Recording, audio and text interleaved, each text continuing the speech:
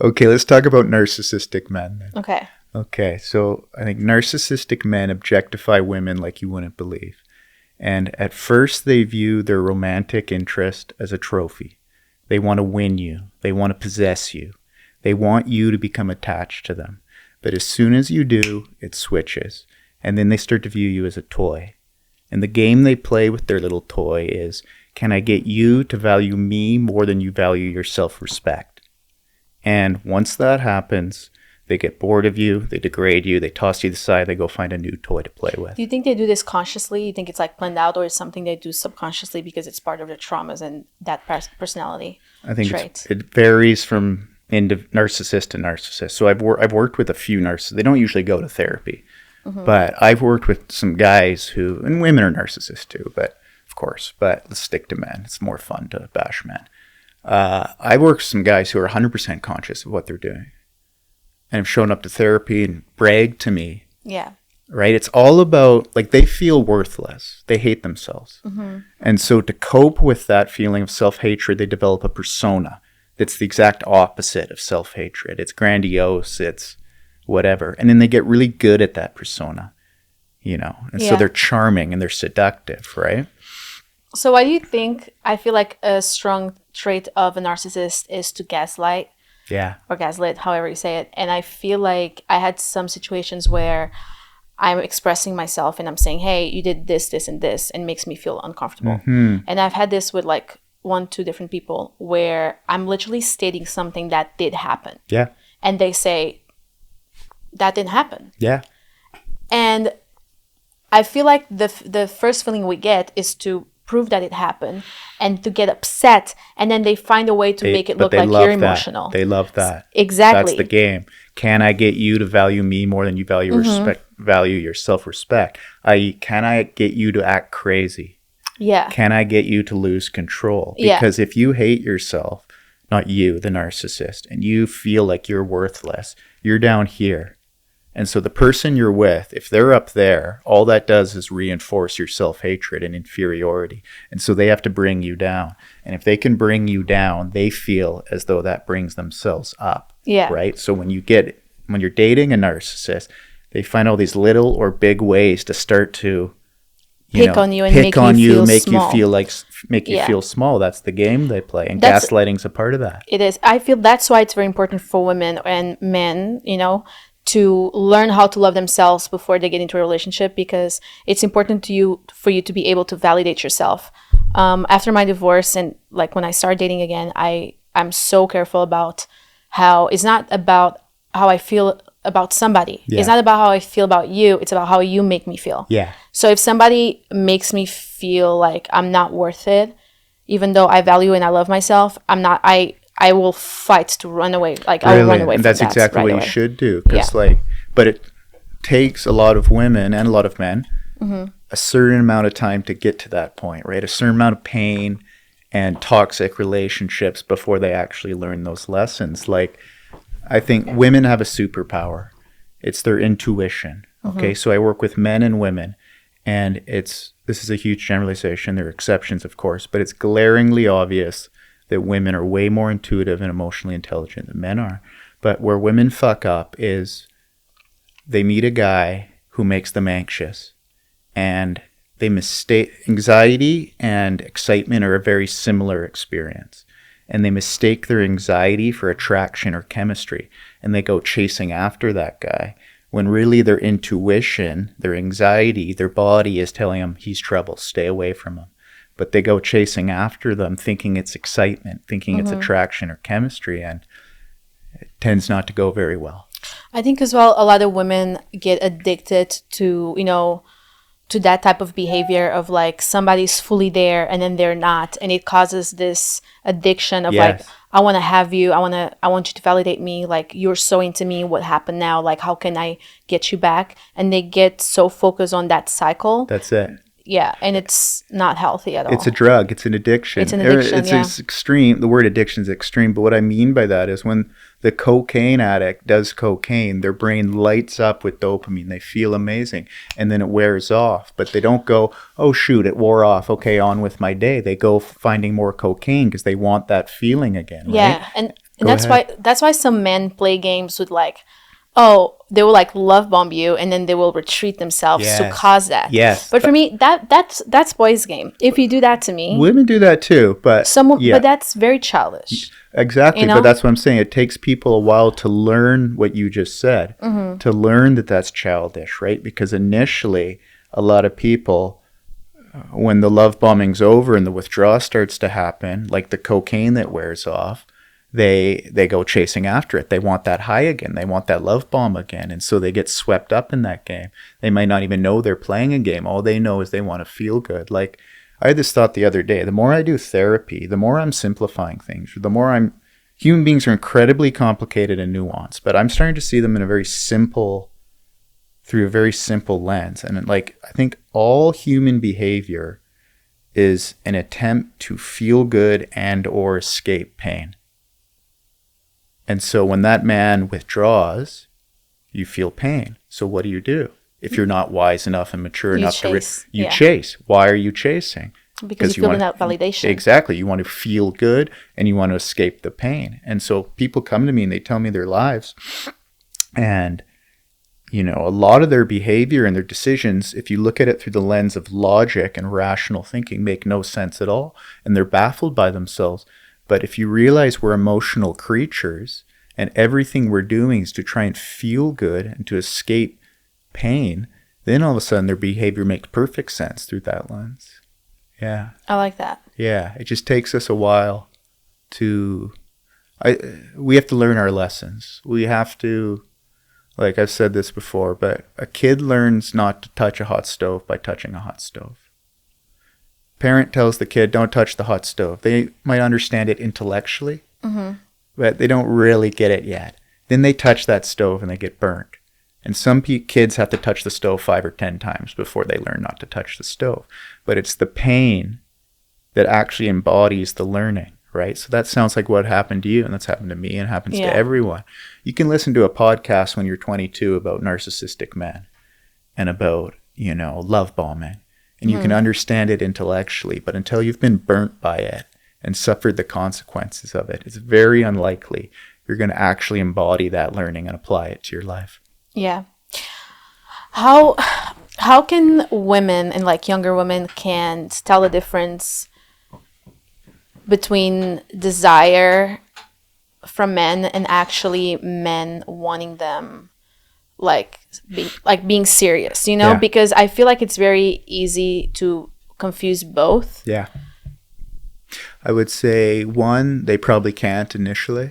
That's might sound a little nihilistic and whatnot, but it usually takes you a few times of going through it to actually get it. But I would say this, watch what people do. Pay attention to their behavior. People can say anything. The things we say are just noise we're making with our mouth. Right? Yeah. People reveal themselves through their behaviors. Through their actions. Right? So their actions tell you what they're actually about. So they can say one thing and they can be really good at talking and whatnot, but it's just noise with their mouth. But you can't hide your reality, and your behavior will reveal your reality.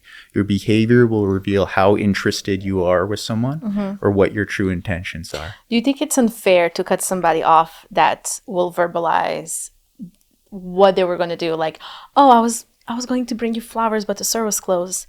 I was going to call you, but I assumed you wanted your space. Or I was going to pick you up at the airport, but I'm sure you were tired and didn't want to deal with me. I was going to, but they don't do anything. No, that's the perfect example of what we're talking about, right?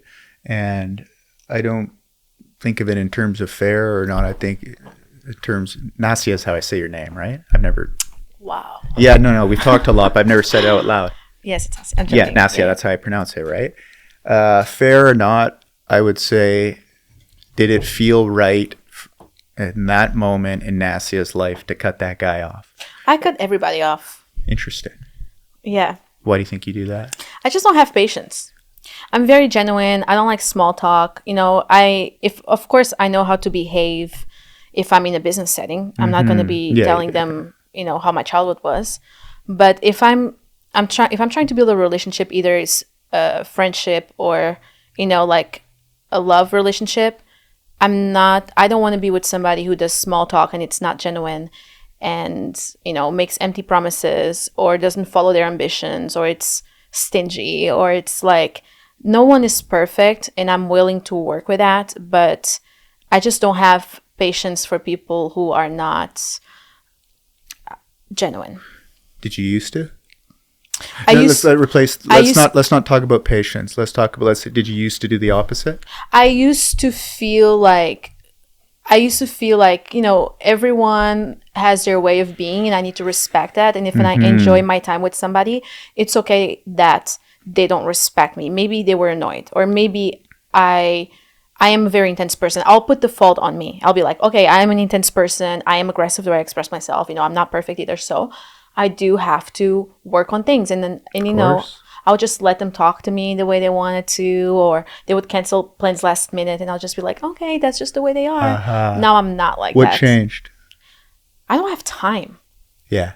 Say more. Time is more valuable than money. Like, I feel like you wouldn't cancel last minute meetings if they would cost you $1 million.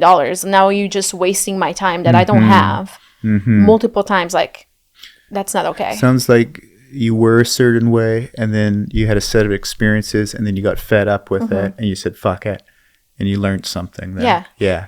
And I'm so grateful because I feel like if I haven't learned that, you know, I had a life where I constantly moved abroad. You know, since I've been 18, I lived in Norway. I lived in Abu Dhabi. I lived, you know, in Kosovo. I lived in Paraguay. I lived in Berlin. And I have to get used to be alone. And now I'm in LA, which is one of the most lonely cities. And I feel great. Amazing. Yeah. Why do you think that is?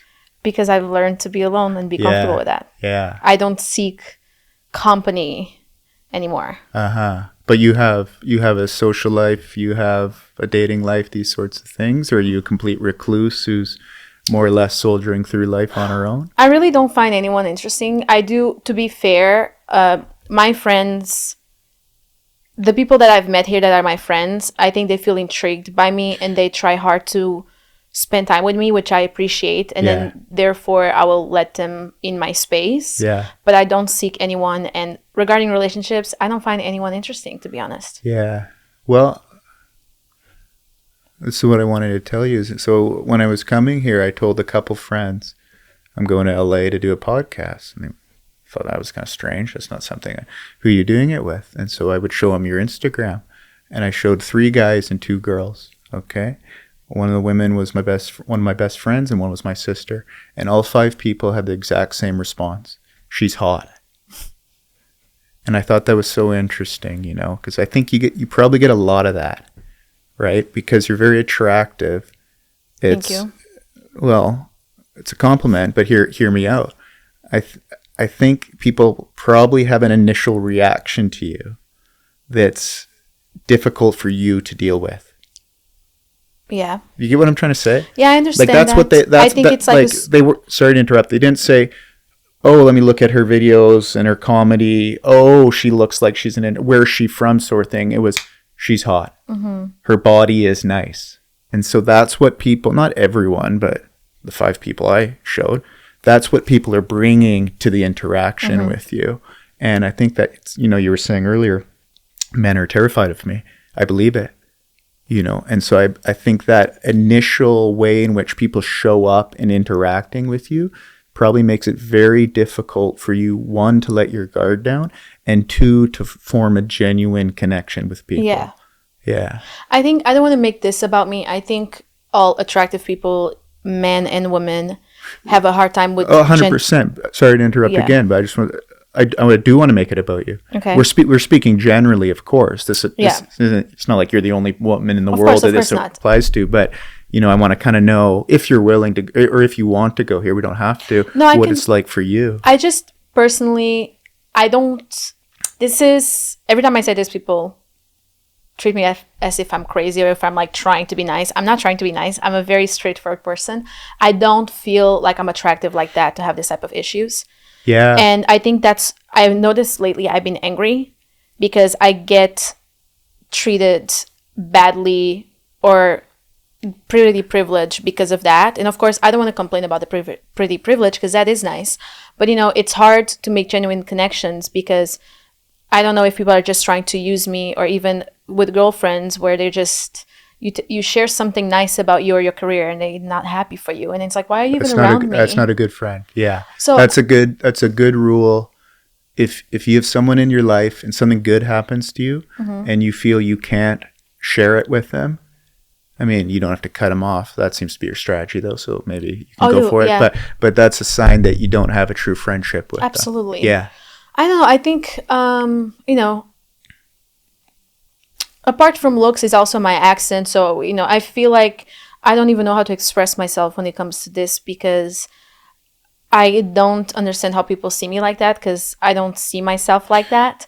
So it kind of becomes complicated because I don't know how to behave from it. And I think that's one of the reasons why I seclude myself a lot too.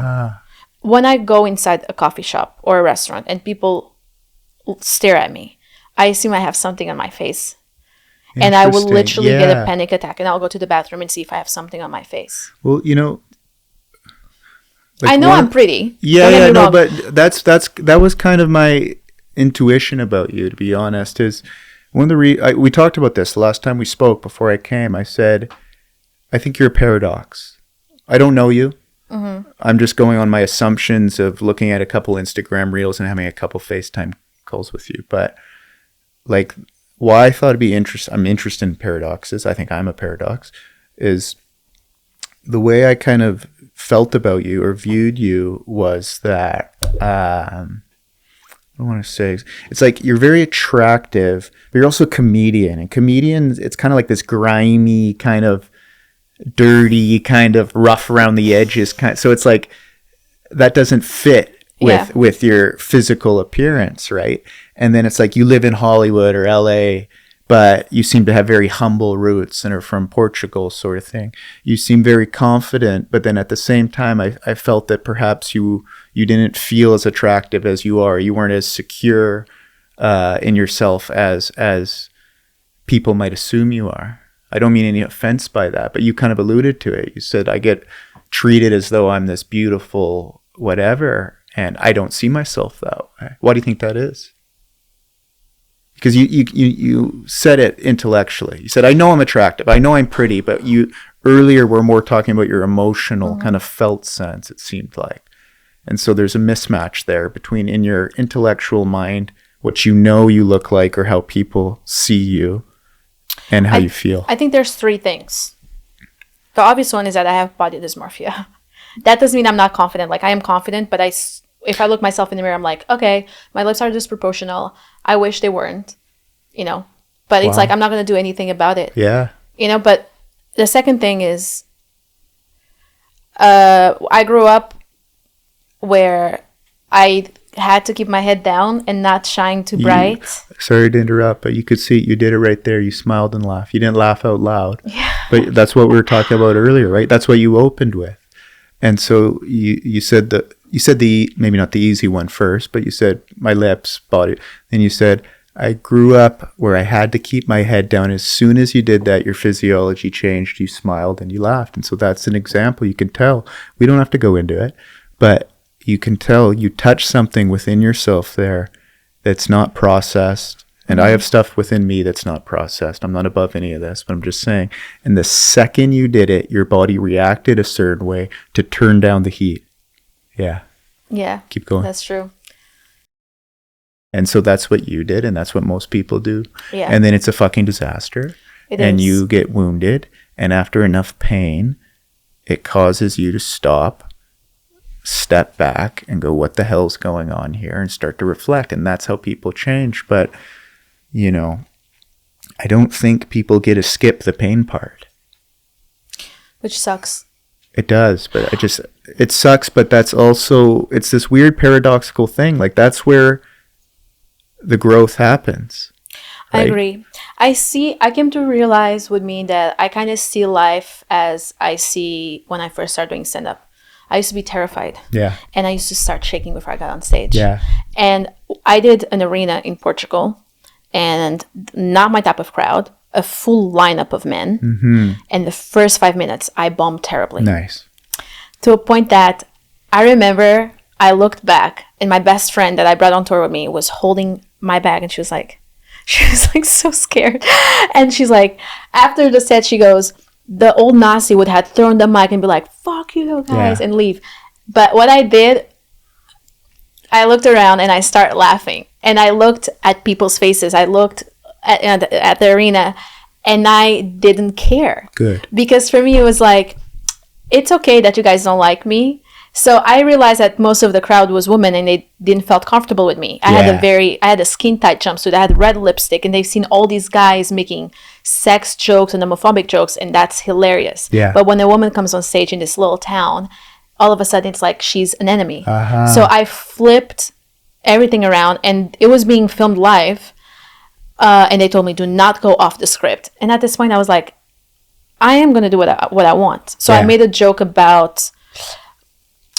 for women and how we supposedly are the weak sex, yet we bleed for 5 days. And, and we go on with our lives like nothing happened. Meanwhile, if a man has a cold, he calls his mom and asks for her to bring her soup. So I made a joke about this, and then it switched. Yeah. Brilliant. And, I would have been terrified if it was a couple of years ago. And now I don't care. And I feel like I don't know what's going to happen with my life. I don't know what's going to happen in LA. And I'm like, isn't it wonderful that I get to be here and experience it at the same time? That story right there seems like a microcosm for your life. Mm-hmm. It's symbolic. You were on a script. The script was go link up with, and then you went off script.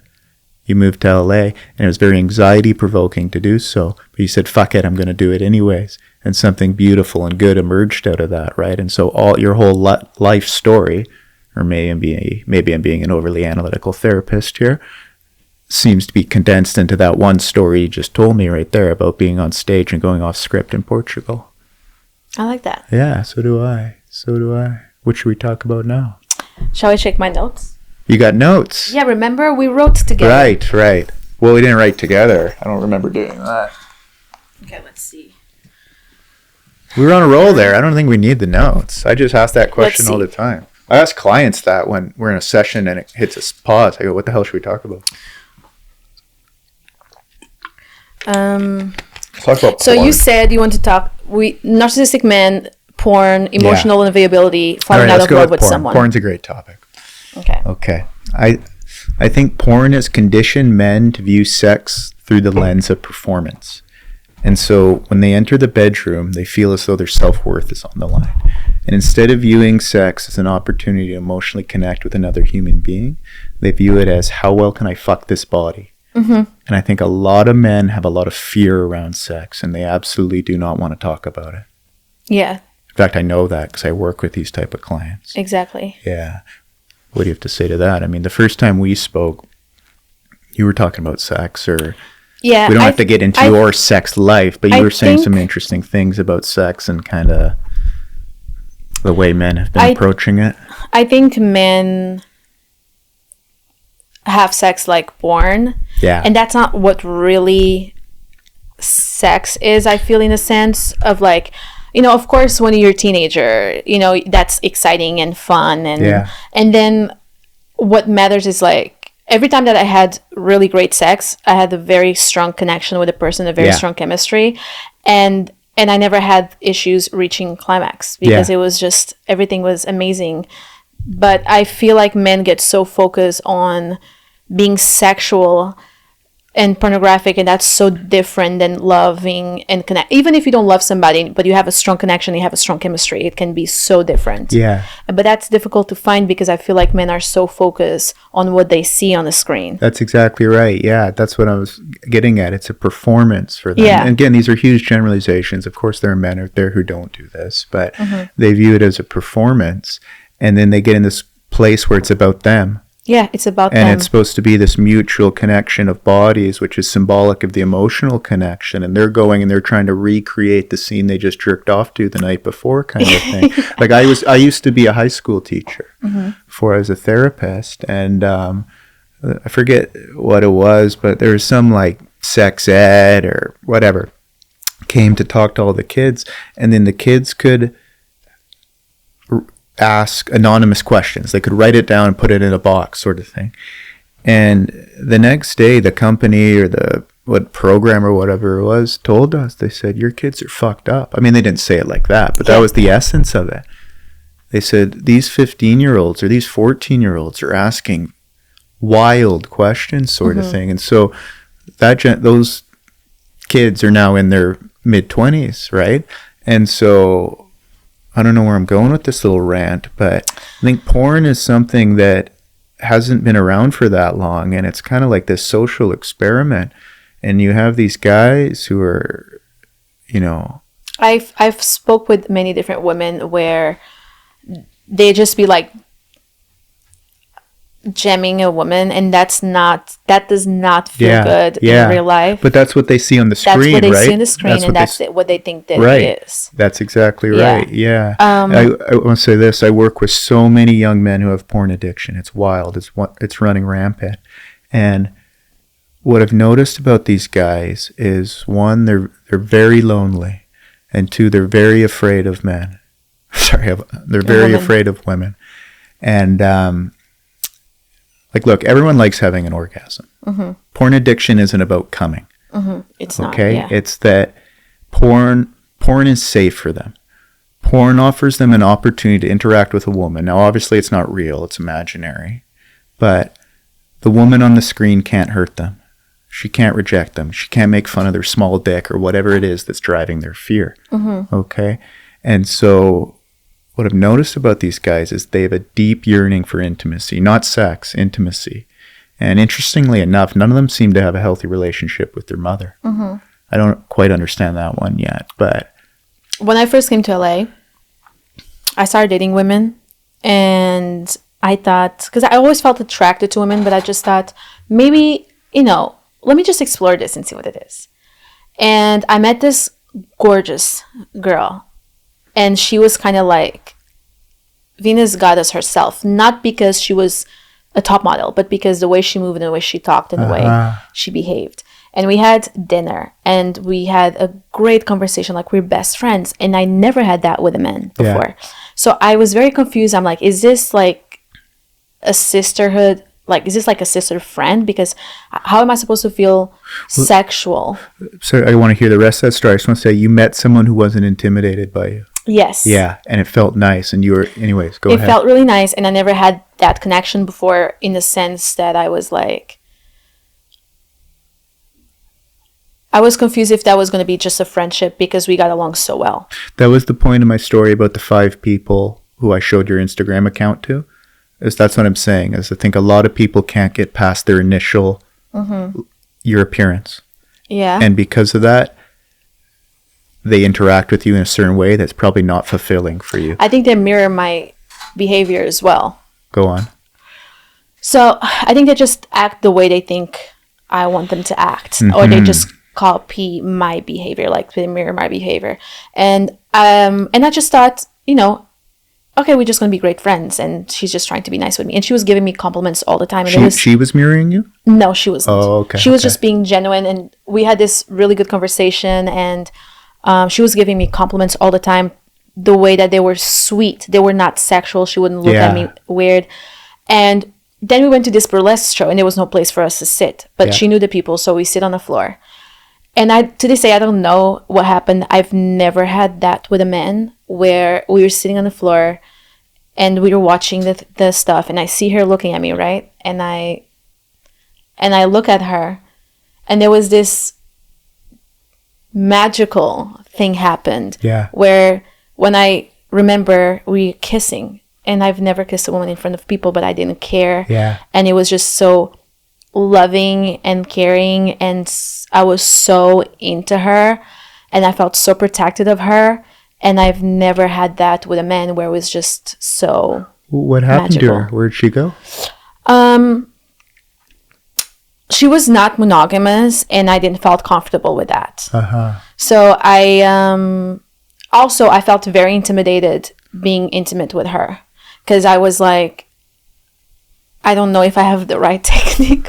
Oh, sexually. You mean sexually. Yeah, I was just like, I kind of know what to do, and I'm into it, but it's like, I don't want to be drunk because I feel intimidated. Well, it's so fascinating because I think you got a taste of what probably happens a lot to you. You were on the other side of it. Right? Yeah. And Tell me more about that.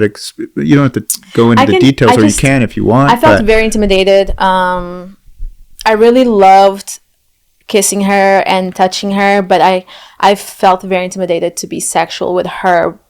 I think I've never had a threesome, but I think if it was a man involved, I would be more comfortable. But just me and her, I felt like I was driving a Ferrari, and I never drove a Ferrari before. That's kind of what I was talking about with men and performance and sex. Hey, like, I think there's a lot of fear around sex, and I was only talking about with regards to men, but you're bringing it up about women, and that's interesting. We can talk more about that. Yeah. And then I said, but they don't want to talk about it. And so sex is this thing and this topic and this experience where it brings up a lot of fear and insecurity. Yeah. You are vulnerable as fuck when you're having sex, right? Yeah. You are naked emotionally and literally, sort of thing. And so it triggers a lot of people and brings up a lot of their stuff. But because it's such a vulnerable, taboo topic or subject or whatever, is people don't want to talk about. I appreciate your honesty, but so I'll work with a client who's talking about heavy stuff, childhood abuse, this, and then when it comes to sex, you can see it in their physiology. Yeah. It's like they've reached this topic that all of a sudden is off limits. But so you're with this woman, and it feels amazing, and you feel a connection. But then when it becomes sexual, you have these insecurities. I'm curious, did you share that with her? Did you talk? No, I never told her. Why do you think that is? Because I felt insecure. Yeah. But also, I noticed that she was a social butterfly, and what I loved also about her, she told me straight away, I'm not monogamous. Yeah. I have a boyfriend, and you're welcome to join us anytime you want. And I just felt this is way too ahead for me. Like, it was too much. It's too much for me. Like, if I'm with you, I'm with you. I don't want to be sharing you with other people. And I think if she was not monogamous, because she was so open and I felt such a strong chemistry and connection to her, I probably would have gone forward. But in this particular case, I did not felt comfortable with that. Fair enough. But it seems like such a valuable, probably painful in some ways, but such a valuable experience. Like, what do you think you got out of that? I like that. Or what did you learn? Or what did you...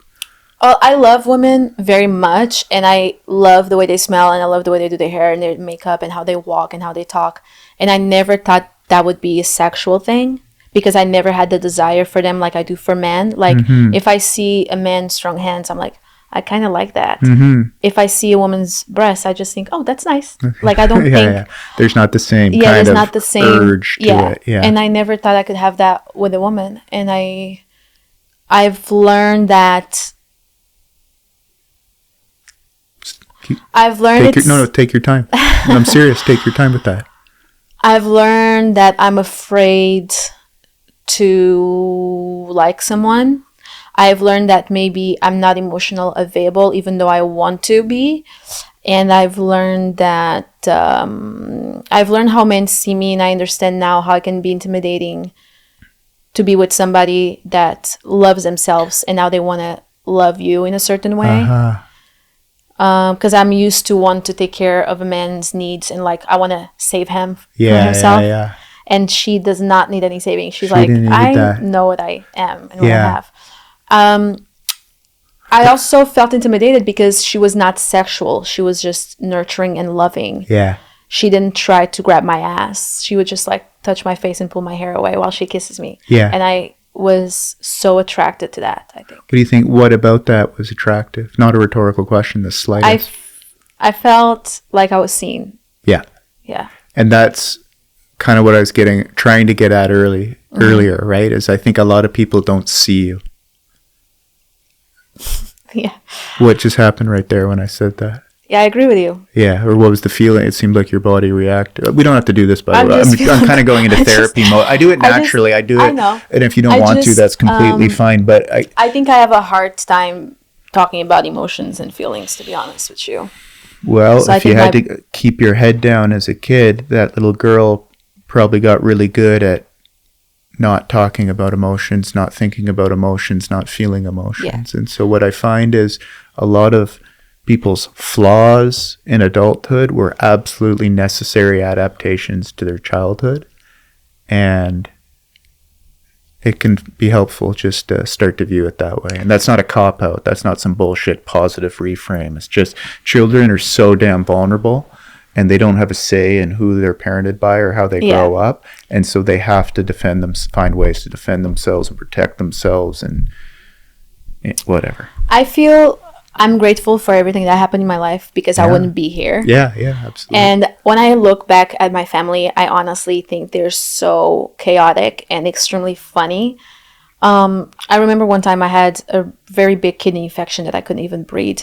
And my mom was really busy and she doesn't take me to the doctor unless it's like an emergency. She would just let me rot in a couch and, you know.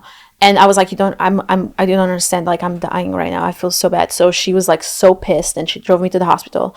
And I'm leaning into her and I'm like crying. And she knows something is wrong because I don't cry. Yeah. I dislocated my knee and I don't cry. And the security guards came and say, I can just talk to them. I can see she's in a lot of pain. And she goes, she's just nervous. Yeah. She's just very nervous. And then they let me go and I got an injection. What did you, if you can remember, what happened within you emotionally when your mom said that? I didn't feel anything. Isn't that interesting? Yeah, I just get numb. But I feel... Let's stay with that if you don't mind. Think about that. I get numb. That's how you adapted as a child. To get numb is when I said I think a lot of people don't see you, I could tell you weren't numb in that moment. Emotion showed up, right? But when this happens to a lot of kids, they're in an environment where there's not enough space for their emotions for various reasons. Dad's an alcoholic, mom's this, that, whatever, a million different reasons, right? And so the child, they're not thinking this. It's not a conscious choice. It's just a little human being unconsciously adapting to their circumstance, but they learn how to not feel their feelings. The problem is, there's a million problems that emerge. Our feelings are real. Like, there's nowhere for them to go. We have to feel them. And go ahead. I don't think I would be able to be here if I felt feelings all the time. Yes, I agree. But I would say those feelings that people don't feel pop up in different ways. You talked about panic attacks earlier. Of course. I don't think you had a panic attack because you thought you had something on your face. I think that's what you think it was, right? When people are having panic attacks, it means they have a lot of repressed emotion, and then something happens. There's something on my face, whatever. Something happens in the external world that's a trigger that starts to bring out all that emotion, right? And the more I get to know you, the more I'm sure, again, not by choice, as a kid, you repress the shit out of your emotions. Yeah, of course. And then what I find a lot of, like, people will come to therapy and they're depressed. And they'll come in and they go, I don't know why I'm depressed. Everything more or less is okay. And, you know, I'll ask them, I'll say, if you were to feel something, what would you feel? And intuitively, they always have an answer. They'll say sadness, or they'll say anger, or they'll say fear, they'll say shame, something like that sort of thing. So what you find is their depression or their numbness is a defense mechanism. It's blocking something. And they might not understand why they're depressed, but tell me about your anger, tell me about your fear. There's a story there. It's rooted in something, right? So whenever I hear the word numb or empty or depressed or apathetic, I always think of it as a symptom. Or I always think of it as a buffer. What I don't think, like, how can I say this? It's not like you punch me and I don't feel pain, but I feel like I don't process pain well. And there's a picture of my grandma, and she's like, you see, and I felt so in shock to see her picture there, and I started crying, but I was like crying silently because I didn't want her to see me cry. So I'm like this, like I'm just like, and then she's like, you see, this shit is full of dust. I have to come back here and clean, but I don't have time for anything. So she goes on the rental. She never has time for anything. And then the wind blew my hair, so she saw like a tear, and she goes, oh, listen, don't cry, okay? Like, we have to forgive people, and we all gonna end up here someday anyway. And you just laughed again, but right in that moment when she said that, if you can remember, what did you feel? She says, we have to forgive people. She dismisses the fact you're crying. What did you feel internally? Were you angry? Were you anxious? Were you sad? Were you ashamed? Were you all the above? Were you none of the above? I understood that family is all that matters. That's not a feeling. I felt like somebody gave the hole on my chest. Uh-huh. Yeah. Yeah. What do you feel right now just talking about this? I feel pain. What type of pain? I don't know. It's okay.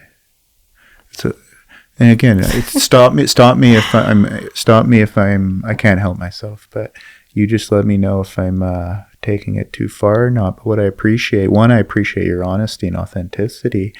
You strike me as someone who's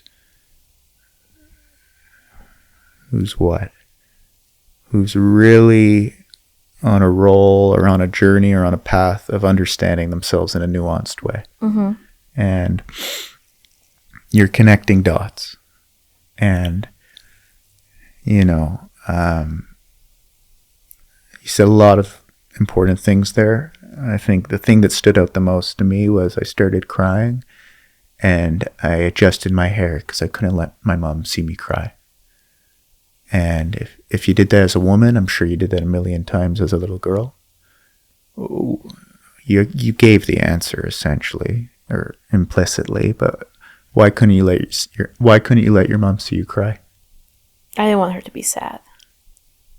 Have you ever heard the term parentification? No. Parentification is when a child starts to take care of a parent. Mm. And they do it intuitively and they do it unconsciously, but they realize that mommy or daddy isn't happy or mommy or daddy isn't stable or well, and then it becomes their job. They decide. They don't decide, but they feel it becomes their job to make sure that mommy or daddy is happy.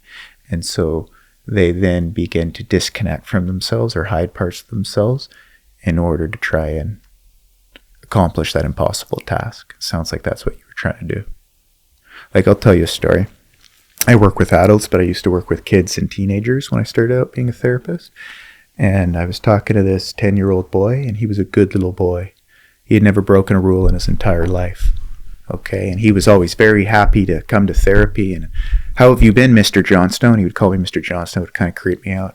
But we were talking, and when I talked to him, it felt like I was talking to a little grown-up. He was 10, but he seemed like he was an adult, and he had valid reasons to behave that way based on the environment he was being brought up in. I won't get into that, and one day he stopped talking.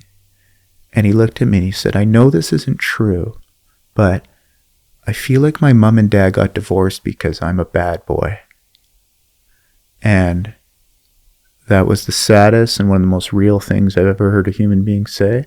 And I feel like that boy taught me more in that one sentence about human beings than I learned in getting a master's in counseling. Mm-hmm. Reaction to what I just said? Thoughts, feelings? I'm trying to process it. Yeah.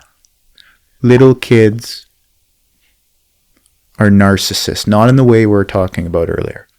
Not in a malicious you.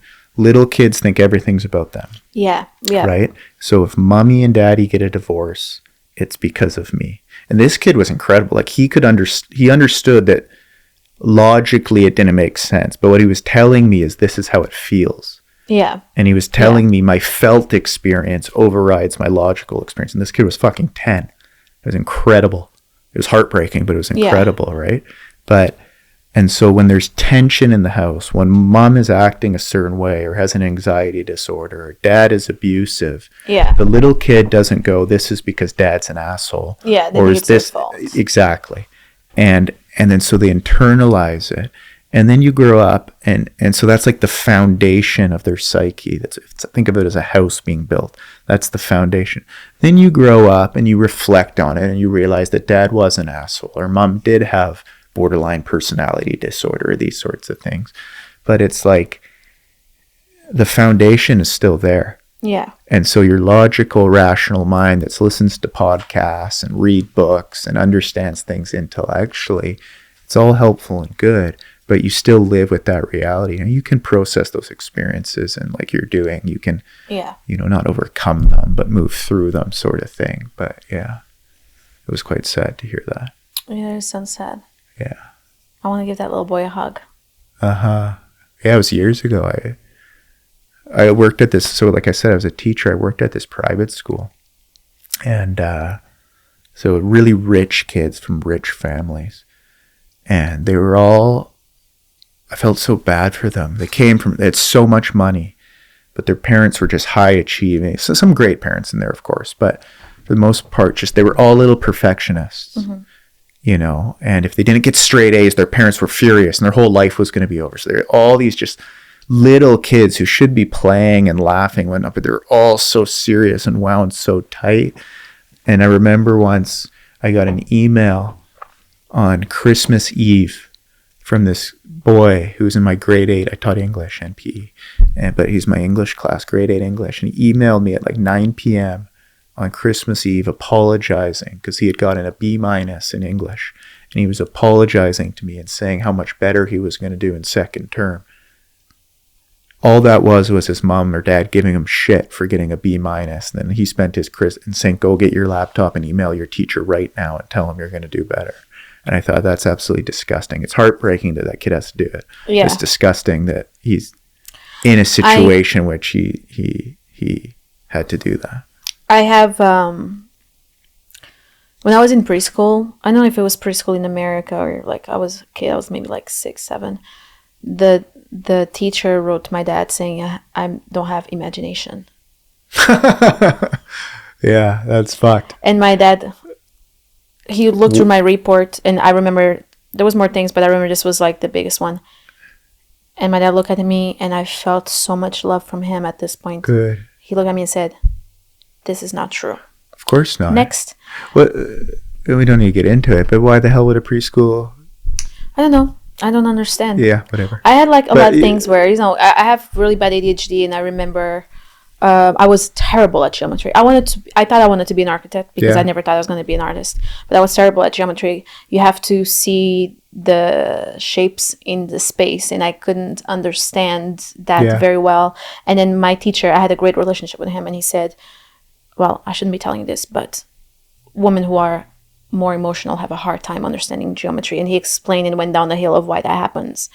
And I came home, and my dad was so pissed at me that I failed geometry. And I didn't know what to say because he paid for a tutor to help me with geometry, and I still couldn't understand it. And I just said, you can judge a fish by his ability to climb a tree. Yeah. And he looked at me, and I see him smiling. Beautiful. And I felt like that was enough. And then I went to Lisbon by myself, and I finished school. And he was like, I'm not going to help you. I'm not going to do anything. Like, I don't have money to help you. I said, I'll figure it out. So I went to school. I went to every single school in Lisbon, and everybody said, no, they don't have space. And the last one I did, I said, I just want to finish high school. I'm going to be this person that's never going to finish high school, and I feel like I'm a loser if I don't do this. And she's like, let me see what I can do. So I had two jobs at this point. I was working in a store during the day, and then I was working in the restaurant at night. And she called me for me to come to school. She's like, I got you in a class. And I was so grateful. So I got in class. So I would go working during the day, and then I would go to school at night. And I did this every day. And I called my parents. I said, I got a fucking job. And you know what? I got in school too. And they were so proud that I did that at 18 years old. I could tell by their voice. I could tell by their tone of voice, not by what they said. They just go, okay, great, bye. But I could tell by the way they said it. Yeah. But did you feel like they didn't dismiss it? They were quick to hang up. Quick to hang up, and I think they were happy because I found a way to make money and finish school by myself in Lisbon, which I never had. Did you feel you got their approval? Did you feel you got what you wanted and needed out of that conversation when they hung up, or did it leave you feeling a bit empty? Or I will never get what I want from them, no matter what I do. So I think I just I felt powerful and I felt like a badass. And the truth is, looking back and everything I've been through, you know, going to Norway, becoming a flight attendant, going to the Middle East, and all this stuff, I feel no matter how bad things get, I always figure it out, and that's all that matters. That's wonderful. Yeah. You know, there's this therapist I love. His name's Irvin Yalom. He's like 90. He's an existential therapist, and a lot of therapists like consider him the man. Like he writes a lot of books. We all read. He's got this book. It's called Mama and the Meaning of Life, and he starts the book with a dream, one of his dreams. And the dream is, he says, I'm on a train and I'm going through a long area, tunnels, yada, yada, yada. And I get to the end of the, come up here. There we go. Come join the podcast. He says, he's going to try to hug you now. Good. He says, I get to the end of I know you can't see me, but that's fine. He gets to the end of the tunnel and his mom's waiting there. And he just keeps repeating the same question. He says, Mama, how did I do? Mama, how did I do? That's creepy. Mama, yeah. And then he wakes up, and he's an existential therapist, so he's all about death and, these sorts of things. And he wakes up, he's in his 80s at the time, and he wonders, has my whole life just been an attempt to prove to my mom that I'm good enough, sort of thing? And obviously it hasn't, but that dream's quite revealing, but... go ahead. I just want to ask you a question about you, but I don't want to interrupt you. Go ahead and finish the I was just going to say, I think, can you see me and all that with us? It's kind of cool. I like him. Right in front of your face. Okay. Yeah, I was looking here. No, I kind of like him being here. It'd be funny too. But you can force him to sit on the side. Yeah. I think, you said I can never get their approval fully, right? No. And, well, hear me out. And I don't think we can have unconscious traumatic motivations that actually end up being beautiful things. They might not start out as a beautiful, so when I was in grade 6, I was diagnosed with ADHD. I didn't know what that meant. I remember I was in a psychologist's office, and this woman was telling me about this thing I had, and there's something wrong with my brain. I was bawling my eyes out. I was freaking out.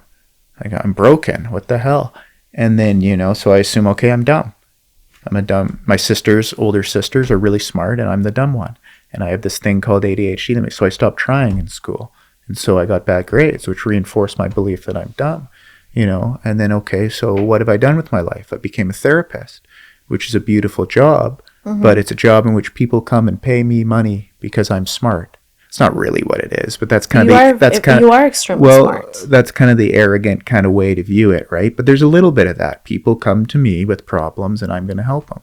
And what do? I post a bunch of stuff on Instagram showing off how smart I am, right? And so part of that's motivated by that little boy crying in an office, finding out he's dumb. Now, that's not all it's motivated by. I genuinely enjoy helping people. I'm fascinated to listen to people and listen to their life story. My Instagram is to grow my practice, to help other people, to make money so I can go traveling and do what I want to do in my life. Obviously. But it's partially motivated by that little boy finding out he has something called ADHD and thinking he's dumb, right? And so it's not one or the other, but sometimes our trauma sets us on a particular path. And then along that path, it morphs into something more than our trauma. And so perhaps there's something in you trying to get your parents' approval. Perhaps not. I don't know. But the point I want to make is it can reach a point where it's not about that anymore. Go ahead. Do you feel like you got the validation you needed to? What's that? No, I know what, from what? From this, do you still feel like that little kid now? I feel like the little boy. You mean through Instagram or social media? No, I meant, do you still feel like you're not that smart? Because No, I don't. Okay. No, I don't. okay, I so don't. we over that. Yeah. But I feel Well, like maybe I'm lying to myself because it's hard. I really think myself and other people, it's very hard to see yourself objectively. So what I do sometimes with myself is I think of myself as if I were a client, right? And me posting on Instagram, I say if I saw someone else doing that, I would think they're trying to get other people to feel that they are smart and intellectual. I don't feel that's what I'm doing when I do it. But I also, like, I had this thought the other day, like, I really don't think human beings are self-aware. I think we're the only species that are self-aware, so we assume we have, like, a ton of self-awareness. I don't think we do. You know, I don't think we're that self-aware at all. I think we are very subjective and have a subjective experience. And then what happens is inevitably we fuck up or we get hurt in a similar way over and over again. And that's kind of like the world showing us where we're blind, and kind of from that we slowly start to develop self-awareness and see aspects of ourselves that we didn't see. But I'm going to try and verbalize Do this it. because I have a hard time expressing myself. I think it's wonderful. I think you're a wonderful therapist, and I Thank think you. you're a very intelligent person. I think you're very smart, which is two different things. also say posting Instagram reels talking about therapy is not at all the same as doing therapy. I think I'm good at what I do But I've as well. spoke to you a couple times. Yeah, And I my know, point but with that yeah. is that I've had therapy before. Yeah. And I think like sometimes people hear you talk and they check the boxes. Yeah. But when I talk to you, I feel like not only that you're actually listening. You're Yes. not just in your head ticking boxes, and you're trying to truly understand. And also you have, I feel, the life experience to be able to understand and see other people's perspectives. Yeah, You're so- not ticking boxes in your head. That's what I mean. I have a couple clients who are young therapists, and obviously I'm not going to say enough information to break confidentiality, but I'll say, so they've started out becoming a therapist and they're very anxious about it. And so they want some guidance, and I'm a young therapist too, so, you know, I don't have too much guidance. But when I hear them talk about them doing therapy, it's always about them. It's always, what should I say? And then I said this. And then so their attention is on themselves, which happens when you're anxious and self-conscious and insecure, right? Your attention goes to yourself. And what the work I try to get them to do is put their attention on the client. Right? Because if I pay attention to you and I actually listen to you, and I don't just think about you being hot, or I don't just try and think of some smart thing to say to you, naturally I'll be receptive and I'll respond. So I don't really have to do anything. Yeah. I haven't done anything in this conversation we're having other than just listen to you, and then something in me just says something.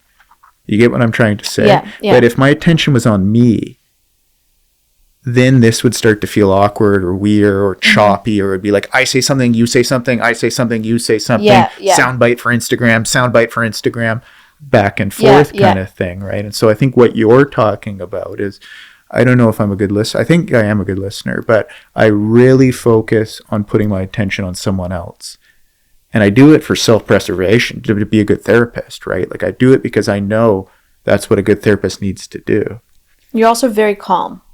Yeah. I don't get anxious in these. It's interesting. Yeah. I'm not trying to brag or anything, but this sort of thing doesn't make me anxious at all.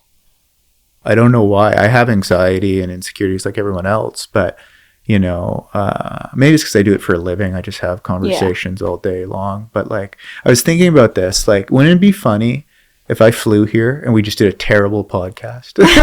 like we didn't get along, or not. Right? We knew we were going to get along, but like it was awkward. We just filmed this thing and then we looked at it. It was just a piece of shit. At least we tried. Yeah, no, because it's like that kind of attitude where you go, okay, that's on the table. Like, I might fly to LA. You know, we get in a studio, we do a podcast, and it's absolute dud. And that'd be kind of hilarious if that was the case, you know? I agree. So, anyways, yeah. Shall we check if we have to check go? Your list. How much time do we have? What time is it? I think. Also, come here. Yeah, also, you go over there, even though I love you. I think people who are emotionally unavailable don't always realize they're emotionally unavailable. Exactly. So it's not like they set out with some evil plan to manipulate and hurt the other person, right? It's just there are steps and stages to a relationship and dating, right? And so if a good first date will lead to more dates, which will lead to sex, which will lead to eventually meeting the other person's friends, which will lead to putting an official label on it and say we are now dating. And someone who presents as emotionally available at the start can be going along just fine on that path. And then all of a sudden they hit one of those steps and boom, they get triggered, they freak out and they withdraw. And it's not because they're an awful person. It's just they've reached their capacity for commitment or intimacy or whatever. You know, they've gone as far as they can go at that particular point in their life. And it's not their fault, but, you know, it sucks. It hurts the other person and it leaves them confused and wondering where the hell did that person go? And so I think there's this idea that, like, obviously there are people out there manipulating and playing games and all this shit. But for the most part, I don't think people are out to hurt each other. I think sometimes it's also about acquiring somebody, and it's about validation. Yeah. And it's about, like, you know, it's about, like, everybody wants him. I'm going to try and get it. Yeah, and then it's just like, that's what again, to bring back to the comment those 5 people made, she's hot. And that's what I bet you get a lot of, right? I think a lot of people probably a lot of men look at you. And like our conversation today, you could see how much depth you had. I knew it was in there. That's why I came here. But like, I'm willing to bet a lot of men look at you and they can't get past this. Yeah. And then because this is what they're focused on, they objectify you, and then they want that object. Yeah. Right? And then you start telling me these things about being a little girl and your mom this and your dad this. You can see how much more there is to you. But because you look a certain way, you're going to not trigger, but activate something in a lot of men that they're going to pursue you in a way. You get what I'm trying to say, I think. Yeah. And so you have to deal with that. And go ahead. Yeah, I think, honestly, we were talking about this before, where I just don't find anybody interesting. Yeah. And I don't even care about looks. Of course, being sexually attracted is important, but it's all about conversation. Yeah. Like, I love having a deep conversation with somebody where I just feel connected. Did you do that with the woman you told me about?